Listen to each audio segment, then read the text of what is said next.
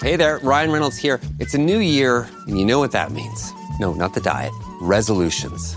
A way for us all to try and do a little bit better than we did last year. And my resolution, unlike big wireless, is to not be a raging and raise the price of wireless on you every chance I get. Give it a try at mintmobile.com/switch. $45 upfront payment required, equivalent to $15 per month. New customers on first 3-month plan only. Taxes and fees extra. Speed slower above 40 gigabytes on unlimited. See mintmobile.com for details. When you need mealtime inspiration, it's worth shopping Kroger for thousands of appetizing ingredients that inspire countless mouth-watering meals. And no matter what tasty choice you make, you'll enjoy our everyday low prices. Plus, extra ways to save, like digital coupons worth over $600 each week and up to $1 off per gallon at the pump with points. So you can get big flavors and big savings. Kroger, fresh for everyone. Fuel restrictions apply. I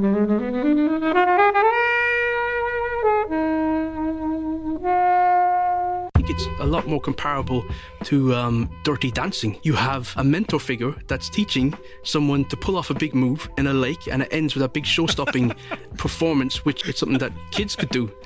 So a great 80 score at the end. Oh, an amazing score. I mean, if you listen to You're the Best and you're on a treadmill, you're going to run through a wall. There was far too much romance and not enough kicking people in the face. Right, I can't give this an objective kind of critical analysis because it'd be like kicking 8-year-old me in the face, doing a roundhouse kick, and 8-year-old me saying, "You're an idiot for ever dreaming to one day be a karate master like Danielson." Hello everyone, joining Flixwatcher today we have Kevin. Oh yeah. We have Will. Hello there. And as always, Kobe. Hey. And we're here to review The Karate Kid. Thank you as always to the mighty people for the mighty tunes, and thanks to Ben from Rockwood Audio for his awesome editing skills. Please do remember to write a review and rate us on Apple Podcasts and anywhere you can do where you listen to the podcast, because it really does help us. And you can join in the conversation with us on Twitter at FlixWatcherPod and on Instagram at FlixWatcher.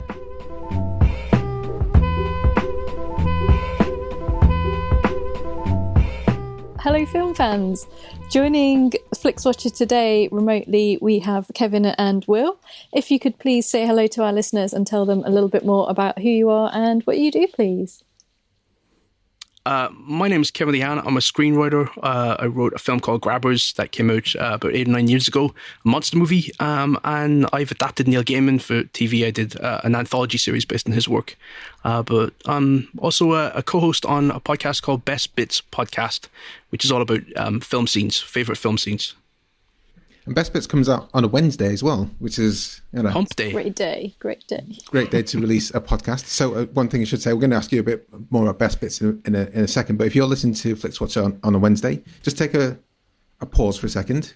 Best Bits Podcast. It'll be on the same podcast app that you're on now. Find it. I'll give you a second. Subscribe. Hit 5 stars before you listen. Before you've even started. 5 stars, please, and a lengthy review. And then, okay, now you come back to Flixwatcher. So tell us a bit about Best Bits Podcast. Should we did Will introduce himself? Will I introduce myself? All right, hello there. Hi, because you can't see me. So Best Bits Podcast is basically...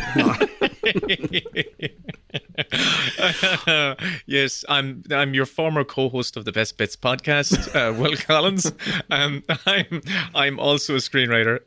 You might know me from my most recent film, which was Wolfwalkers, and that, and also previously to that, Song as a Sea. And I'm the co-host, also a co-host of the Best Bits Pod. And I'll tell you a little bit about the Best Bits Pod. It's great crack. We have the idea is our motto is films are fun. And it is a podcast where we have a big, huge wheel full of topics, which we spin, which is full of like random topics from like best action scene to best scene set in a corridor to best henhouse scene. They're not scenes, they're not topics, but anyway, we'll have that on their list. And one person goes away for a week and researches their topic and makes their presentation to the co-host that week, and takes them on their journey through that topic and relives their best bits. And it's great fun. It's a way for us as screenwriters to engage with our own love of cinema, and I love doing it. It's great crack. And it's free. One thing I love about cinema and film is that how often that kind of brings people together. And there's a group of friends of mine in Manchester who we met quite late on, like 25-ish. And we all had like fond memories of the scene from Kickboxer, Jean-Claude Van Damme doing his dance. And that's not even, that's like a minute of the film. That dance is obscene. But it's you have some scenes in films that really like galvanize people together, don't you? And that was one that like really got us together. We'd seen it when we were like 8 or whatever, and then 20 years later, we're all laughing about. No one should gyrate their hips that hard. That's amazing.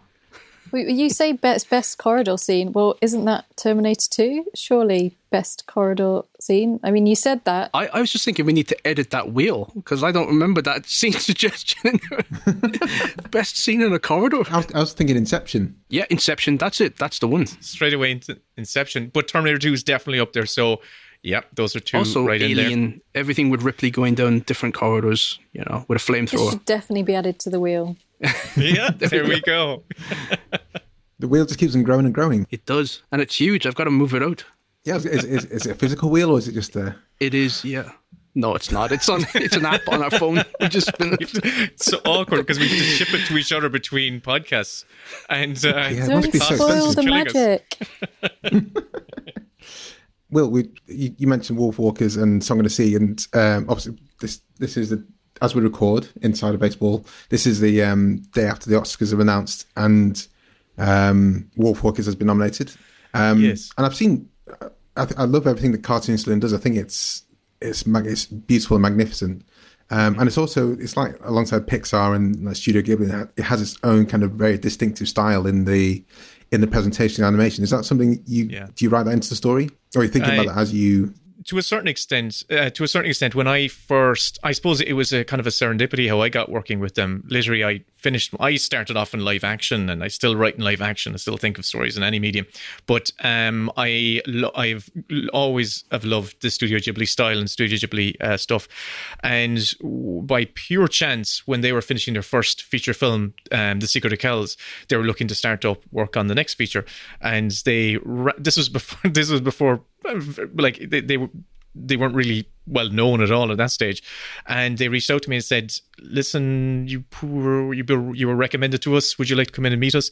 But as soon as I saw their animation style, I just went, "Yeah, this is exactly the type of thing I want to do. This tone and the style that they were going for. There was a kind of a darker edge to their storytelling, and I could see that they were taking their family stories in a kind of against the grain, against the kind of the way, let's say, the Pixar and American animation was going, which really, really was up my alley. I wanted to tell darker fairy tale stories, and so it's been a kind of a perfect home for me. We are talking today about The Karate Kid, which is your choice, Kevin. Can you tell us first of all why you chose it, and then give us a synopsis in less than 60 seconds? I chose it because I've just been watching the reboot series, and I love it. I think it's way better than it has any right to be. And I decided to delve back into the original, which is like a definitive 80s film. But to give you the synopsis, basically, it's from esteemed screenwriter Robert Mark Kamen and Academy Award-winning director John G. Avildsen, who won his Oscar for Rocky. Karate Kid is the story of a wide-eyed 16-year-old Daniel LaRusso, played by the eternally youthful Ralph Macchio, who relocates from New Jersey to LA with his plucky single mother and moves into a run-down building, where there he meets the building's eccentric Okinawan immigrant handyman named Mr. Miyagi, played by legendary character actor Pat Morita. Daniel joins a new high school. He hits it off with the adorable cheerleader Ali, played by everyone's teen dream babysitter Elizabeth Shue. But that draws the unwanted attention of Johnny Lawrence, who is a black belt at Cobra Kai dojo, and he kicks the shit out of Daniel until Mr. Miyagi steps in, and there begins the journey from Daniel becoming Danielson, beloved underdog of a generation, the 80s kid that we all rooted for, all felt like and all wanted to be the iconic Karate Kid. Splendid. I edited that down there because I thought I was going long. No, that's fine. We're going to talk about the rest of it, in the next 40 minutes or so. Helen, this is your first time watching Karate Kid. It was. And you are of the same kind of era as myself. So I know your scores are going to be 1-1, 1-1-1. So I don't know how. There's there's just films from your childhood that are blind spots, and we've revealed 2 of them this year, and I'd never seen it. Obviously, I know of the scenes, and wax on, wax off, and the how it's embedded itself into popular culture. But watching it, I was like, maybe watching it now, it'll come back to me, like smelling salts or something. And no, it didn't. And I was massively disappointed with the amount of romance and the lack of karate. Fair enough. Is my takeaway that. There was far too much romance and not enough kicking people in the face. It's a lot longer than I thought it was. It's a full 2-hour long film. There's a lot of setup in it. It doesn't need to be that long for this kind of film, does it? It doesn't, karate, go fast, chop, chop, chop. But for me, because it's made by John G. Avildsen, director of Rocky, it often gets compared to that film as being like the teen version of Rocky. But I think it's a lot more comparable to Dirty Dancing, in that you have a mentor figure that's teaching someone to pull off a big move in a lake, and it ends with a big show-stopping performance, which is really kind of anticlimactic and not that impressive, really. It's something that kids could do. To a great 80 score at the end as well. An amazing score. I mean, if you listen to You're the Best and you're on a treadmill, you're going to run through a wall. I thought there were more lyrics to that song. It doesn't need to be. It's just you're the best, you're the best, you're the best around. I was surprised that Bananarama pop up in it. Yeah, they get a show. I thought it was fake Bananarama because there's fake Beach Boys. I was like, oh, that's real Bananarama. Maybe they obviously got the rights for that. It does have a tiny bit of a TV sort of vibe to it. Will, your thoughts on Cross Kid? I grew up in the 80s, and this was one of my go-to video rentals. And I swear to God, I practiced that. It's a swan kick, isn't it? The crane kicks. Oh, crane swan kick. Who am I? The crane kick.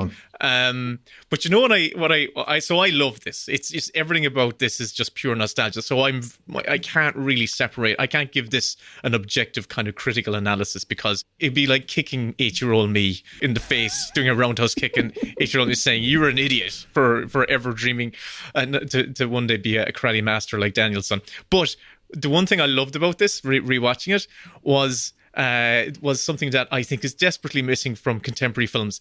It's in, when they have opening credits, right? For every film back in the 80s, they just have these second unit shots of landscape stuff. And, I used to love that. There was just shots of a city, shots of New Jersey, shots of the desert. And it was such a thing in the 80s. I love that. Just give me shots of where the story is set. See, I had a memory of it just starting with the car pulling up outside the apartment complex. Yeah, that was the very first shot. Was it a TV edit, to cut it down? No. I was looking at it thinking, I've put on a director's cut here, I think. This must be an extended edition.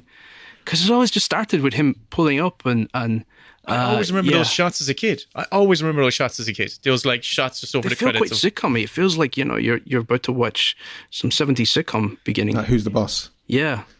Standing tall. But I love it. I love it as well. Obviously Helen's a kid of the 80s as well, but you just managed to miss it.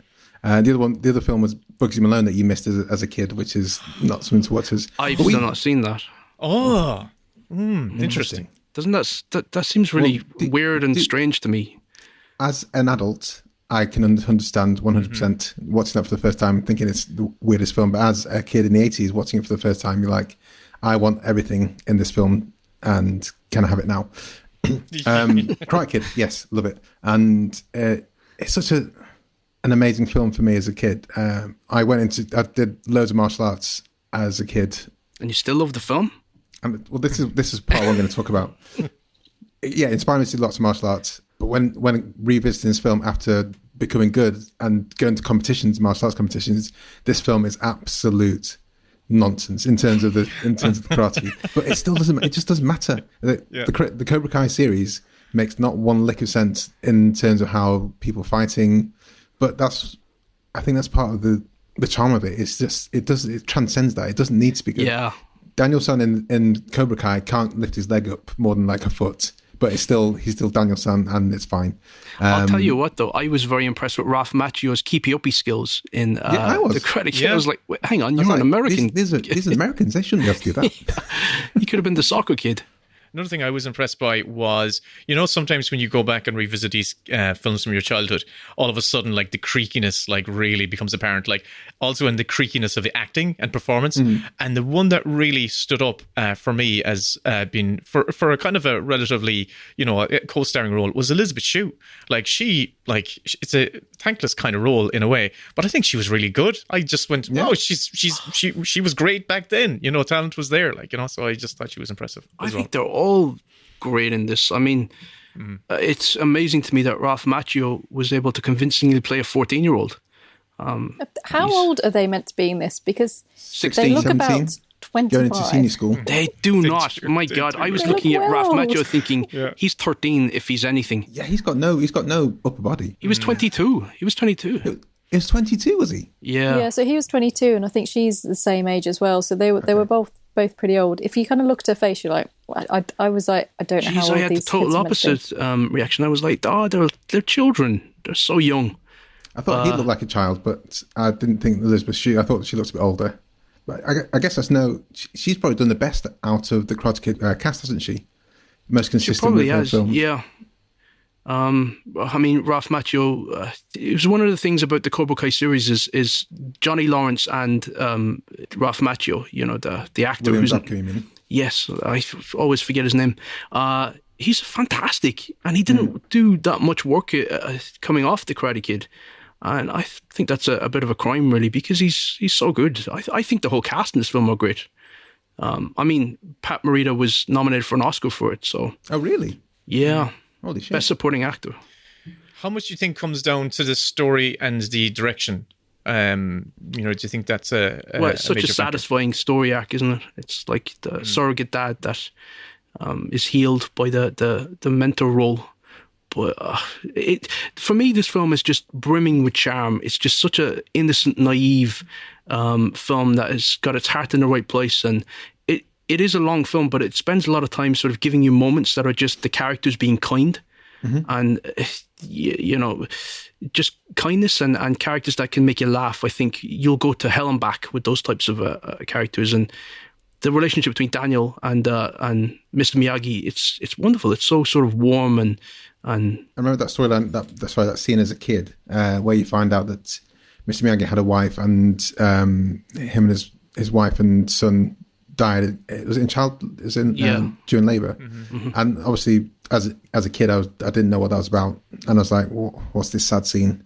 But then as an adult, you're like, "Fucking hell, this is really quite intense." Bit in this what I remember being like a light-hearted 80s like knockabout.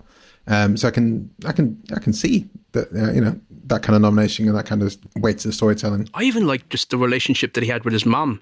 His mom just being this eternally optimistic, plucky sort of like, she's not feeling sorry for herself. She's going to do this. It's going to work out. We're in the City of Angels.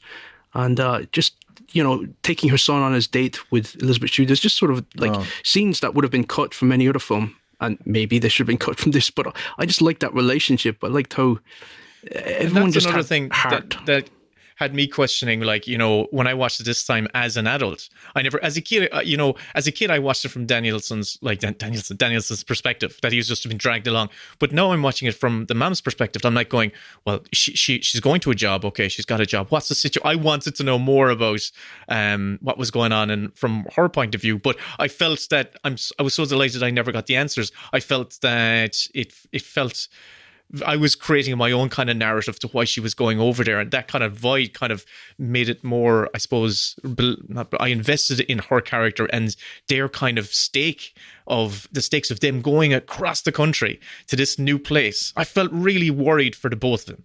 Really, really worried for the both of them. As as practical parents, and I go, geez, I hope she's got this job works out and they're a long way from home. You had seen it before, hadn't you? I had, but my emotion, my reaction to it was different, because I hadn't seen it in so long. Another thing I want to point out is the score. Now, you're talking about some of you're the best around, but there's an actual, the orchestral score is actually Bill Conti's score. There we go. Da, da, da, da. I actually, when it was playing, I just went, it all came back to me. And I think it was, I think it's a really lovely little score that's another art that's kind of sadly kind of dwindling out in family films. Do you think score? I think it's on its ascendance, really. Maybe there's a few, I don't know. I think it's... You mean in general terms in movies at the moment? Well, if you think about like Trent Reznor and Atticus Ross at the moment with their two noms, I think what they've kind of done for soundtracks is really interesting, and it's that weird kind of bringing mainstream music into that world, and they've kind of reached this very kind of weird place that I like them existing in. I love what Trent Reznor and Atticus, isn't it Atticus Ross, isn't it? Yeah. I love what they're doing, and I love their scores. What I'm talking about is that here we have with Karate Kid, it's just a kind of a general run-of-the-mill kind of family film, and there's a lovely, recognizable theme score to this, which I think is disappearing from whatever comparable film we have out there. You can't really think of score. Maybe I'm overgeneralizing, but I kind of feel that it's the number of quality scores out there are dwindling now. Maybe it's due to the editing of films. I'm not really sure. Yeah, I don't know. Protect Hans Zimmer. One thing, again, watching as an older person and someone who understands the geography of America, and I remember watching as a kid thinking, okay, so it's just gone from New Jersey to California. Fine, who cares? But when you actually realise that's literally almost like the two furthest points in the United States you can go without crossing water. That's like the difference between here and going to like Moscow in terms of distance. And it's when you're talking, Will, about seeing it from his mum's eyes, that's a huge shift. So yeah, I was a bit more sympathetic. I love the mood as well of the sort of the night scenes, those balmy night scenes with the cicadas chirping in the background where he's, waxing on and waxing off. You just feel it's a summery film, even though, some of it takes place on Halloween, but it just has that sort of like a eternally summery LA weather that I don't know. I love it. I feel warm and cozy watching it. There was also, I'm watching it now, I was so frustrated by Daniel. Some of his, Jesus, there was times he just antagonizing the bullies. He did ask for it a few times. He was cruising for that. It was just like, if he just let him go, he had to. So have you seen any Cobra Kai then, Will? I've seen the first few episodes, and they tried to run him down on a motorbike.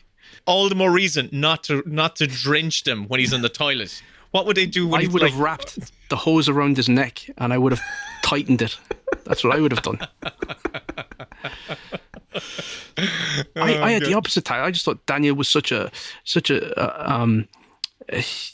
good-natured kid that he just applied himself and he really went for it. And yeah, I was sort of impressed that he didn't have those sort of typical teenager tantrums of like, it's not working and you're an idiot. But they just barely touch on that for like half a scene, and he immediately sort of gets back into it. But he's just, he's just such a likable kid. I haven't seen, and obviously not wanting to spoil Cobra Kai, but the whole premise of Cobra Kai is who was the bad guy in the Karate Kid series, and I think they've got a point. Daniel LaRusso is a bit of a dick. In places, and I watched an interview with the screenwriter, the original screenwriter of this, and he was very defensive about that. He was like, he's like, it's not an illegal move; it was a defensive move. He basically nearly broke his leg. Kick. Yeah, the crane kick at the end, because it all sort of feeds off from that, which is like, well, should he really have won that final because he's not match? Good at karate. It's a very abrupt turn as well at the very end where Johnny Lawrence comes over and goes, "You're all right, Daniel." It's like, wait a second, you just tried to break his leg, and now you're like, oh, you kicked me in the face, you're all right. I was in a nightclub once. This is back in the 90s. You did a crane kick? No, I certainly didn't do the crane kick, but I saw two guys squaring up against each other, and one of them went into the pose of the crane kick, and I just went, oh no, and you could hear the entire nightclub just going, oh no. It didn't end well for him. It's not a practical move in a nightclub fight. As a martial artist, it's not a practical move in any scenario. Helen, you said there's not enough karate, too much romance. Do you think it should have been called The Karate Kid? The Romance Kid, and what did you make of the karate when it did manifest? I think The Karate Kid is a fine title. I mean, it's kind of the first hour is more child labour, really, isn't it? It's like, I was like expecting some kind of karate, but obviously there's a scene where it's all revealed. What did I think of the karate? It's kind of bizarre. I recently watched The Art of Self-Defense. I don't know if you've seen that. It's the Jesse Eisenberg one with karate. Oh, in it. yes, yeah. And I've not seen it, but I know what you're talking about. There's a lot of karate in that, and this was a very different kind of karate. Oh, okay. But I don't really know karate, so I can't really speak. But I don't know. I think I was probably expecting a bit more of a tournament at the end, and I couldn't really work out the scoring system. And yeah, because they say at one point, next point wins, and then the guy scores the point. He goes down. It's like, well, we'll keep going. But and I was like, I honestly have no idea who could win because this scoring system is insane, and he's so crap. He might not win. Maybe that's why he's very there's a graceful, sequel. though. He's got such a sort of a graceful movement, the way he sort of like holds his hands and stuff. I don't think it has, he's so thin that I don't think there's any power behind that stuff where you feel like you'd sneeze and you'd kill him. But the way he moves, he's like a dancer almost. Well, Bruce Lee was really small. Bruce Lee is amazing. Yeah, and he was really small. Yeah, but you watch Bruce Lee and you're like, that's just insane. Whereas this, you're like, oops. Yeah. You know what I find satisfying about watching this film, and I think it's the same for all sports movies, is when they have the montage of your team progressing through the ranks, where they've kind of gotten over that initial kind of like stumble when they first go out, and you kind of go, oh, they're not even going to get over the first hurdle, and then they defeat the first guy, and then all of a sudden the music kicks in, and you see their name going up the ranks, and you go, yeah, and you get to the final fight. I just kind of love that in sports films in general. You're saying that though, but the montage that stuck out to me was the romance montage with himself and Elizabeth Shue, and I thought, did Elizabeth Shue just appear in films where there was always a sort of a dating montage where they're bowling and they're laughing and gallivanting around the place? It just seems to be quite ubiquitous in her career in the 80s. But yeah, sports movies, they always get to me. They're the only films that, aside from Pixar films, that will guarantee to have me in floods of tears, even if I don't have a clue what's going on. I'll just be in bits crying because it's that. What, 80s films? No, sports films. Yeah, 80s films just in general. Rambo 3. Yeah. But you've got to look, the underdog story is tried, tested, and it'll be manifest in many different ways until we're swallowed up in massive supernova by the sun. And it's great, and it gets me every time. And like you said, I love that stumbling, the first stumble. Oh, he's okay. He'll make it through the next round, and then the score kicks in, and your heart and your adrenaline pumps, and then everything keeps going, and it's just. I want to clarify though, delight. This film didn't make me cry, but in general, sports films made me cry. Is it a sports film? I don't really. It's a coming of age film, really. Yeah, it's an underdog story. It's like Dirty Dancing, as I say. It's coming of age sports film. Anything else, guys, before we head to the scores? I want to add something. One thing that always irritates me is, when Mr. Miyagi says you can pick a car out for your birthday, Daniel picks the worst bloody car. Do you think that's the worst one? Oh, the colour is awful. That's like Grease Lightning. Oh, I hate it. And it's like this, and the colour's awful, and it looks like, and seeing him drive it, it looks, no, this isn't like, I think this film's great. But when I see him turning that big wheel, I'm like going, Jesus, will you get that young fellow out of the car? He can't drive that. Like, it's just, sorry, but I still love it. I still enjoy it. It's still me. It elicits this emotion in me where I'm so afraid of Daniel, right? And I'm like going, Daniel's going to get himself killed. He needs to go back to New Jersey and give up the karate. Energy coming out. It is. Totally. I just want to make one sort of little notation as well, that a special shout out to the ubiquitous peripheral sidekick of the villains. And Karate Kid has got a great one with the guy screaming, "Get him a body bag!" Bobby. All those villains could be like, Nazi soldiers. You just put like, they all look so They're very arrogant. blonde, aren't they? Yeah, they're so arrogant. I love that shot. I love that body bag. Yeah. Actually, I was surprised as well that the head of the Cobra Kai dojo, I'm forgetting his name now, John but he's only Kreese. in like 2 scenes. I just remember him being all over that film. Well, his villainy looms so large throughout the story that he's just... He's got a really crap tattoo as well. Have you seen Karate Kid 2? Yes. I saw that in the cinema. Did you? Oh, look at you. I did. My older cousins, we went to the cinema in Croydon, and when the film ended, they were about 10 years older than me. They got me and them, obviously, as well, to sink down into our seats, and we just stayed there until the house lights came on, and then the house lights went down again, and the film played over again, and we watched the film twice. I've never done that. I've never done that either. They must have been trying to avoid something.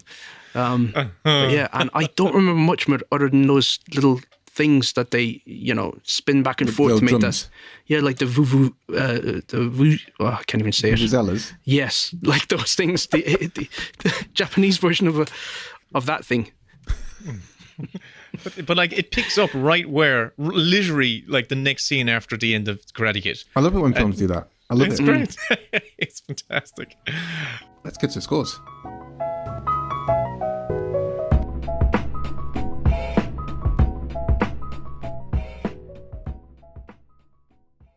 I'm Sam Clements, host of the 90 Minutes or Less Film Festival, another podcast in the Stripped Media family, a podcast that celebrates movies under 90 minutes long. Each episode, I'm joined by a special guest who selects a movie to join our prestigious lineup. Past guests have come from the worlds of film, television, music, food, comedy, and podcasting. Search for us now on the app you're currently listening to this podcast, or join us at 90minfilmfest.com.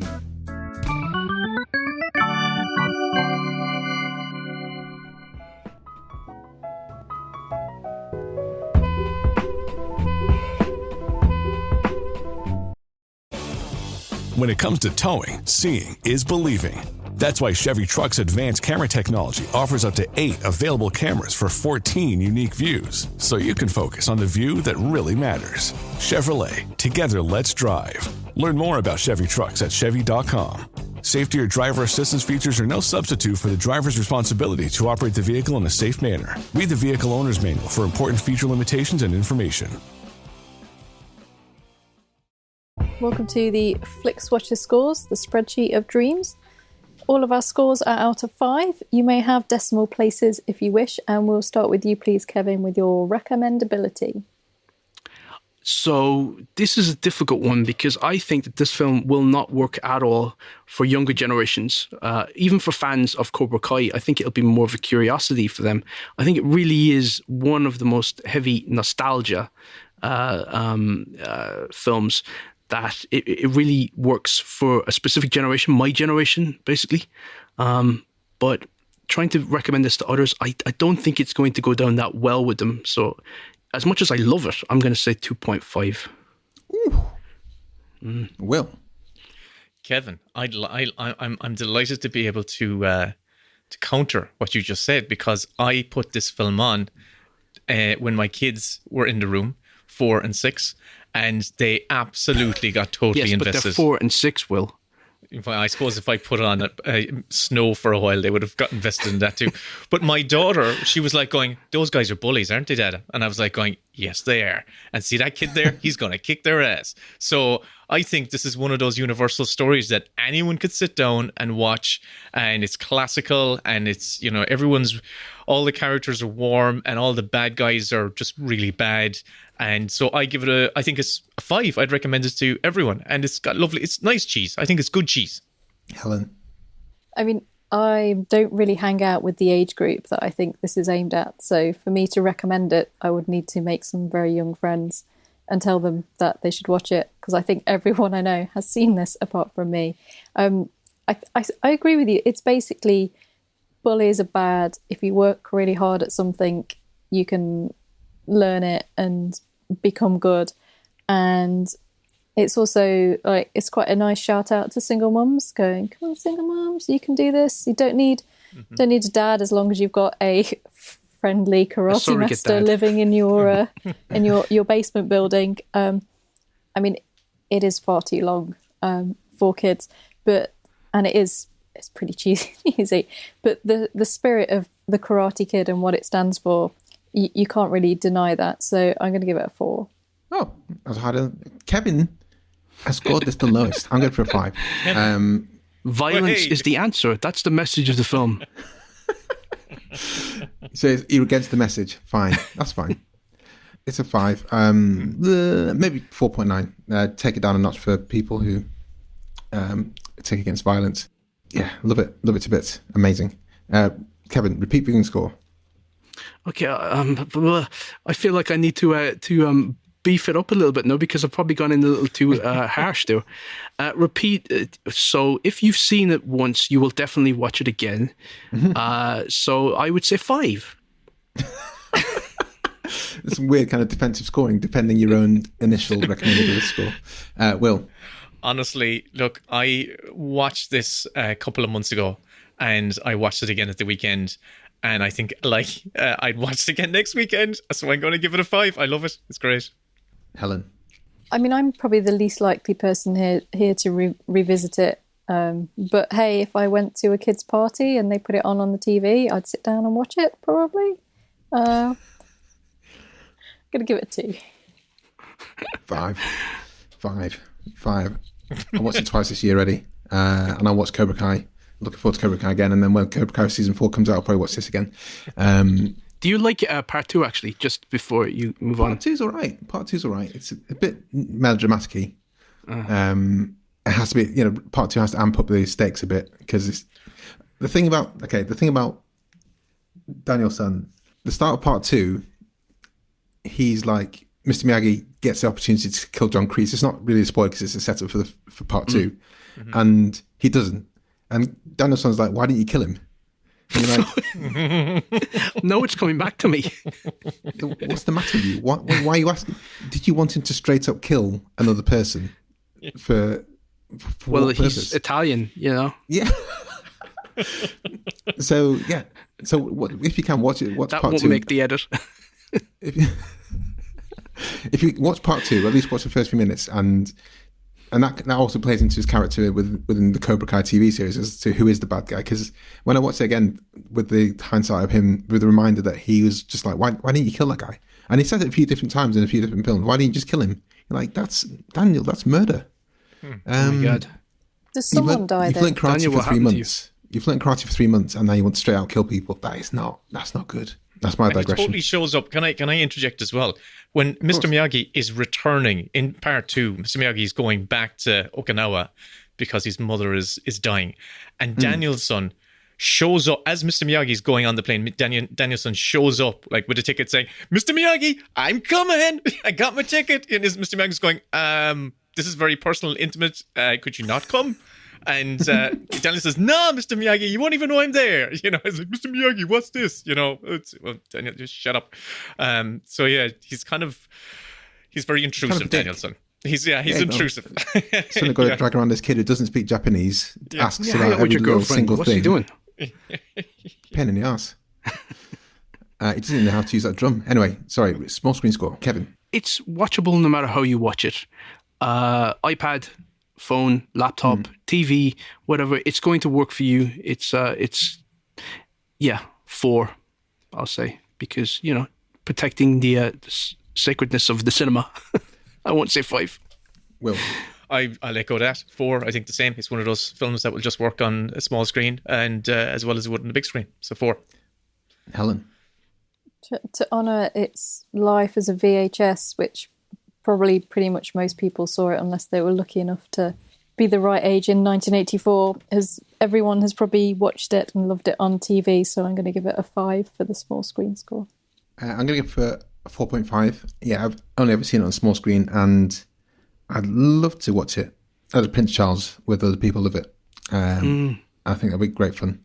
That can be quite a risky move, though, because I've often seen films I've loved on the big screen and they don't hold up as well. Gremlins is one of those films where watching on the big screen, held captive by the film, it was like, this film is insane. So I saw Gremlins at the Prince Charles for the first time on the big screen, and I loved it even more. It's weird. I thought it was manic. It was so manic. It is. It's insane, and that's one of the films like scared me as a kid. And then when I saw it on the big screen, I hadn't seen it for like 15 years. It was like, it's a straight out comedy. I don't know what I was afraid of as a kid, because it's not a scary film. RoboCop had the total opposite effect on me then, where I thought, this is a great film, but then seeing it on the big screen, I thought, no, this is a masterpiece. Really, I thought you were going to take it down a peg or two. No. Let's go engagement score, Kevin. I found this rewatch quite long. As I said, I thought it was a director's cut or a TV edit, padded out. I think there's things you could lose. So it didn't, at times I felt like get on with it, but I still really like it. And, but it feels like a first assembly cut. So I would say to the director, just go back in there and snip out about 20 minutes. So for that, I'm going to say it's about 3.8. Will. Yeah, I would go. I would echo that, about 3.5. I just think if it was on, I would watch for a few minutes and go, oh yeah, this is great, and get the old nostalgia kick. But I wouldn't have that like obsessive compulsive impulse to just sit there on the edge of a sharp blade of glass and just watch it. I would find what films spot. Do you have that compulsion for? Because it happens to me. Well, don't say Grabbers. It actually happened to me. I walked by a screen, and a very small screen, and Miller's Crossing was on it, and I was standing, and I could only see it standing, and I stood there for the entire duration. Like, it wasn't out in the street or anything like that. It was like in the house. And it just locked me in. I was hypnotized, and I just had to watch the whole thing because I couldn't pause. It was live on TV. So I was just stuck in this one position. I just watched it for the whole running time. So that's a 5, but so this is a 3.5 for me. That's fine. That's fair. That's a good scale to use. Helen? It's fair to say that you don't need to be 100% engaged in this to kind of see where the story is going. And I've already said, it is quite long. And did you know exactly what was going to happen, Helen, before watching this? Oh, I guess you knew the story anyway, didn't you? I knew there would be some kind of karate tournament because that happened. They signed up for it. I was just kind of waiting for that to kind of happen a little bit earlier. You got to see it in training, don't you? You got to see the wax on. You got to see the muscle memory kicking in, so he knows how to defend himself, even though he's never been in the fight. But that doesn't come in for like over an hour. You have to wait an hour to get to that. And we've been washing cars for hours. I'm like, come on. Where's the bit where you use the karate? Cut out the opening credits. That'll make a nice head start on it. They should have called it the DIY kit. That's what they should have called it. So what was your score? 3. Yeah, I'm going to go quite low on this as well. Especially because I've seen it so much now. I think this is quite happily where I'd lie on the sofa and be playing around on my phone and then wait for the really good bits. But otherwise, I don't need to be looking at the screen to know which bit it is. And there's some bits like at the country club where I'm just like, Daniel, you're a dick. So those are the scenes where I was watching it and I felt like I wasn't sure. Again, I thought it was a director's cut because I had no memory of those scenes. Well, you wouldn't. Like, what is this? Maybe you kind of like recorded it off the TV as a kid and you kind of just recorded the best bits. And that was the bit. Yeah. You're like, oh, I don't like this stuff. And you press stop and then you press record again. That gives us an overall score. So I go for 3.2. That gives us an overall score of 4.02500. Good. It's pretty high. God. Yeah. Broken the 4 mark. Well, that's all Kobe. That's all you. You helped bump that up 555. Yeah, so guys, can you let everyone know where we can find you online, find your podcast, find your films, and say goodbye to everyone who's listening? Well, you can find me mainly on Twitter under Willems Film, WILLUMS FILLUM. If you want to see my most recent film, it's Wolfwalkers, and that's on Apple TV+. Kevin. I'm on Twitter as well. It's at Kevin Lehane, just my name. We're also on Twitter with at Best Bits Pod, which is the podcast handle. And episodes are out every Wednesday on that. And they're good fun. We have a laugh doing them. So we'd love it if you guys check this out. And in terms of films, they're online. If you just type in Grabbers, it'll pop up somewhere. I don't know where, but it'll pop up. And Likely Stories, that's on, I think it's on Now TV. But it's out there. They're all over the place. All 4 of them. I'm just checking now because there's this app called Just Watch, which we recommend to our guests to watch before to look at. And Grabbers is available now on Amazon TV, YouTube, and Apple TV. So there you go. Go head over there. Grab it now. Go grab it. Oh, there you go. On that bombshell. Thanks for joining us. Thanks for coming on. Loved it. Was great. Thank you very much. Bye. Cheers. Enjoyed this episode of Flixwatcher podcast? Why not leave us a 5-star review on iTunes? You can also follow us at FlixWatcherPod on Twitter, and we're at FlixWatcher on Instagram.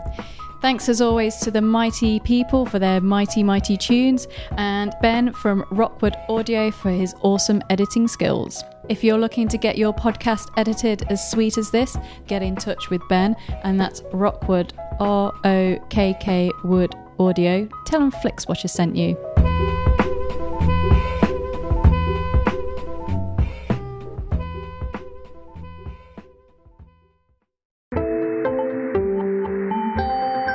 You just heard a Stripped Media production.